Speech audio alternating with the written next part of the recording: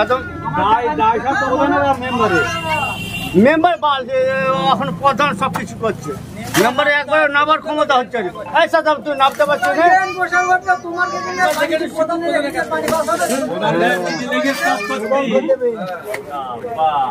মাথা লাগে না কত রাখছো সত্যি এখানে মানুষ না হয় নাকি?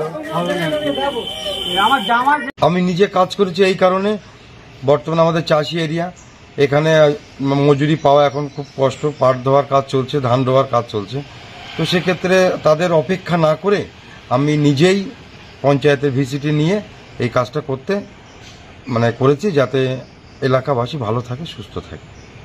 এবং এই কাজটা করার জন্যে আমার কোনো সম্মানের কোনো ব্যাপার নেই।